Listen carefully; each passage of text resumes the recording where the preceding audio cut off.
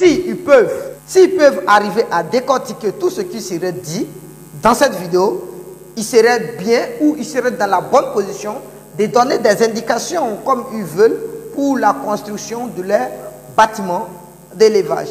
Suivez ici. Investir dans l'élevage est clairement l'une des meilleures décisions que vous puissiez prendre dans la vie. Parce que l'élevage est un milieu ayant la plus belle opportunité, également de meilleure rentabilité. Tous ceux qui misent dans le milieu de l'élevage, ils ne s'en sortent pas zéro. Ils s'en sortent énormément, ils s'en sortent bien. Mais lorsque vous ne maîtrisez pas les petites astuces pour miser dans le milieu de l'élevage, il est difficile pour vous de vous en sortir. Et c'est le cas de plusieurs personnes. 90 personnes sur 100 ne s'en sortent pas. Par contre, 10 personnes sur 100 s'en sortent clairement. Les jeunes ne s'intéressaient pas à ce milieu. Aujourd'hui, tout le monde veut se lancer dans le milieu de l'élevage. Je dis un grand bravo à tout le monde. Alors donc je continue. Je suis Kwaku Yao Benjamin, je suis coach, je suis formateur, je suis étudiant et je suis entrepreneur. Donc tous ceux qui veulent aller loin dans le milieu de l'élevage, qu'ils nous contactent afin de prendre des formations bien certifiées. Quand je dis une formation certifiée, ça ne veut pas dire que c'est le président des États-Unis qui doit venir certifier. Ou bien c'est le président des États-Unis, par exemple, qui doit venir signer dessus pour dire non que c'est certifié. Non, ça peut être légalisé, c'est normal. Mais peut-être lui-même, il n'a jamais fait l'élevage. Donc ça veut dire s'il certifie sur ton diplôme pour dire non que tu es certifié dans le milieu agricole, c'est zéro, mon frère. Donc il faut avoir une certification d'une personne qui est compétente déjà dans le milieu. D'une personne qui est déjà dans le milieu. D'une personne qui est en contact avec les poulets tous les jours. Je ne parle pas comment on appelle ça, de 2 fois dans l'année. Je ne parle pas de ceux où peut-être ils se trouvent dans des fermes des gens et c'est là ils se rendent compte que l'élevage est un facteur majeur. Non, je ne parle pas d'eux. N'attendez pas à ce que les gens viennent vous dire que non, l'élevage est porteur, ceci, cela. Non, ça trompe certaines personnes. Et c'est le cas de plusieurs personnes qui sont aujourd'hui avec moi. Parce que pour eux, quand on dit l'élevage est rentable, eux, ils ne mesurent pas le risque ou bien ils ne mesurent pas le coût d'investissement qu'il faut lancer d'abord avant de faire fonctionner le projet. Vous voyez, et c'est très compliqué. Bref. Donc, si tu veux faire partie de cette belle aventure, la première des choses, abonne-toi et active toutes les cloches de notifications pour être informé de l'apparition de nos nombreuses vidéos quotidiennes comme celle-ci qui vont t'apporter du très bon contenu et à t'aider à franchir des paliers dans le domaine de business. Avoir un boulot, c'est très bien, mais être encore le PDG, mais être encore le patron ou la patronne d'un projet dont ils vont t'appeler le boss ou la boss, c'est encore mieux. Donc, frère, soeur, papa, maman, j'exhorte à tout le monde d'investir dans le milieu afin de créer de multiples emplois pour les jeunes. On va aller sur la base des vies du bâtiment de poulet de chair. Vous savez, vous allez voir tout de suite, on va continuer. Je vais vous donner les statistiques, je vais vous donner les dimensions qu'il faut normalement pour construire un bâtiment de poulet de chair. Mais avant tout cela, il faut retenir quelque chose. Comprenez quelque chose. Vous savez pourquoi dans les vidéos, je ne sais pas de parler sur le devis normal d'un bâtiment de poulet de chair? Non, les localités ne sont pas les mêmes. Moi, je compose le sujet en fonction de la zone, en fonction de la ville, zone ou bien du coin où le bâtiment serait construit. Tu ne peux pas me dire que tu vas aller construire un bâtiment d'élevage au Banco. Par exemple, à Bobo ou à Djamé, ça veut dire Banco, où il y a la forêt. Et puis je vais te dire non, il faut construire le bâtiment tel que les gens ont dit que ça doit regarder le nord, ça doit regarder le sud. Non, non, non, non. Je suis en train de me faire planter. Il faut comprendre certaines choses. La construction du bâtiment doit respecter la direction du vent et la sortie du vent. Ça veut dire entrée d'air et sortie d'air. Ça doit être respecté. On est d'accord? Et là, parce que, une fois que ces deux paramètres ne sont pas respectés, l'entrée d'air et sortie d'air ne sont pas respectés, je vous affirme que vos bâtiments vont faire preuve de plusieurs cas de maladie. Parce qu'à partir de là, vous allez voir qu'il y aura toujours le même virus qui sillonne dans le coin. Donc, vous allez soigner à maintes reprises vos sujets, mais peut-être d'autres vont se retrouver, mais d'autres par contre ne vont pas se retrouver. À chaque fois, il y aura des mortalités. Je vous affirme qu'il y a certaines personnes qui arrivent à faire l'élevage concrètement et qui s'en sortent avec seulement que 1% de mortalité. Je le répète, certaines personnes s'en sortent avec 1% de mortalité parce qu'ils ont compris la théorie de la construction d'un bâtiment d'élevage.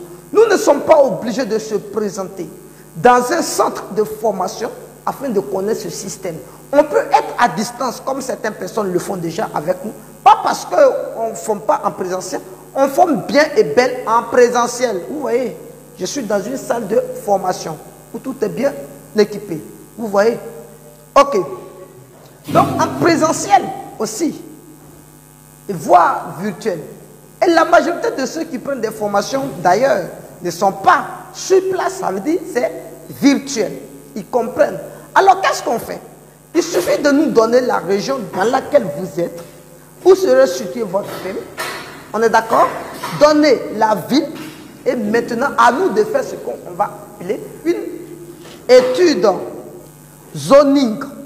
Ça veut dire on va faire l'étude pour faire ressortir la zone dans la région. Et en fonction de la région maintenant, on va faire ce qu'on appelle capture d'écran. On va zoomer. Il y a des paysages qui sont aujourd'hui en ligne. Et on a tous ces astuces nécessaires pour pouvoir retrouver le numéro de ton lot. Si le lot est vraiment dans le plan d'urbanisation, vous allez voir que le numéro du lot, c'est-à-dire le numéro de la rue du lot est proche. On peut arriver à identifier carrément le terrain. Et en fonction de ça, maintenant, il y a des études. On va étudier maintenant et te dire où serait la direction de ton bâtiment. Parce que si je ne connais pas le coin que je suis en train de te dire, non, il faut construire ton bâtiment au nord, au sud, c'est 0. Imagine s'il y a une grande forêt derrière, que je te demande, à dire, il y a une grande forêt au nord, par exemple, que je te demande de mettre la direction de ton terrain au nord, et je suis en train de te planter.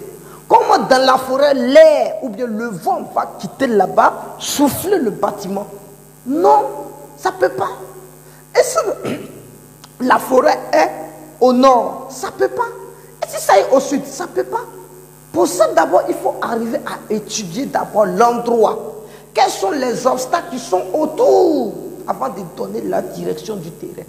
Et ceux qui arrivent à maintenir cette position, qui ne trempent pas pour construire les bâtiments, qui ne trempent pas pour prendre des formations, ils savent de quoi je parle. Ils savent de quoi je parle. Donc il faut le noter. C'est très très nécessaire. C'est pourquoi je ne veux pas que vous vous trompiez en prenant des dimensions bizarres. Ils vont dire non, 4 mètres. Non. Il y a des choses qu'il faut comprendre encore. Au niveau de la dimension, il dit la hauteur du bâtiment, tout va dépendre de l'endroit. Si c'est un endroit où il fait chaud, il faut le savoir. Est-ce que dans l'endroit il fait chaud? Oui ou non?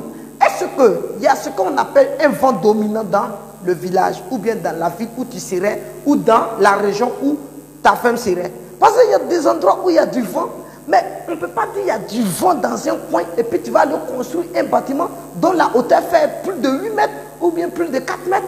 Désolé, le vent va arracher ça. Donc il faut tenir compte de ce paramètre. Il faut étudier le climat pour comprendre. On est d'accord? Mais en fonction, il y a un encore. Tu ne peux pas être dans une zone, c'est-à-dire où l'eau sort en bas, c'est-à-dire bas-fond, humide, et puis tu vas aller prendre des planches, 6, 4, pour faire les supports. Désolé. Mais vous appelez, vous voulez, non, on utilise quelle planche pour faire les supports? C'est désolé, il y a d'autres qui utilisent 8, 11. Mais, attends, un endroit aussi où il y a du gravier, où il y a les cailloux, tu t'en prends aussi des poids 8, 11. Mais moi, je ne comprends pas.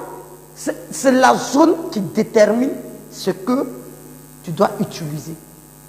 Si la zone est bien humide, Ça veut dire que tes supports doivent être solides. Si la zone est chaude, tu peux utiliser n'importe quel type de support. Il n'y a pas de problème. Mais si tu utilises des supports que le poids qui est en haut est trop, ça ne va pas durer. Donc tenez compte de ces paramètres. On est d'accord? Pour ceux qui veulent faire quelque chose de simple. Voilà, j'ai vu d'autres personnes, ils veulent construire d'abord, monter avec les briques. Voilà. Bref aussi, parce que eux, il faut ce qu'on appelle... d'autres, je vois, ils font des bâtiments et ils font clôture. C'est bien, mais ne faites pas une clôture qui dépasse la taille du bâtiment. Ça veut dire une clôture qui dépasse la taille du bâtiment. Désolé. Vous êtes en train de mettre... vous êtes en train de maintenir les sujets dans un endroit invariable. Ça veut dire l'air ne peut jamais changer. Il ne peut jamais faire froid ou chaud. Si la température est 32 degrés dedans, ça serait 32 degrés dedans du matin au soir. Parce que rien ne peut changer l'atmosphère. Ça c'est normal. Ça c'est normal. Mais vous voyez chez les Blancs là-bas, ou bien vous voyez dans n'importe quel endroit, les gens, ils ont des fermes hermétiquement fermées. Mais ils ont des systèmes de ventilation.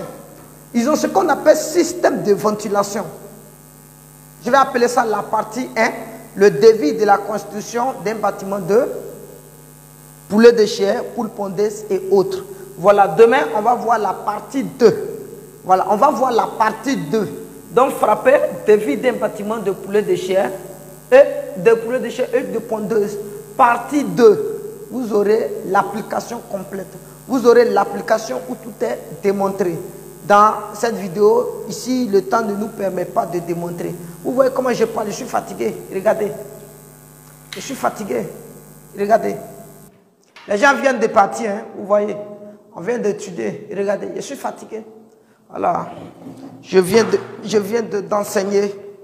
Donc voilà. Il est même... vous voyez. Je sais qu'il est quelle heure déjà même. Oh là là, oh là là. Voilà, il est 4 heures. Il est 4 heures, ils sont partis. Je n'ai même pas encore mangé, vous voyez.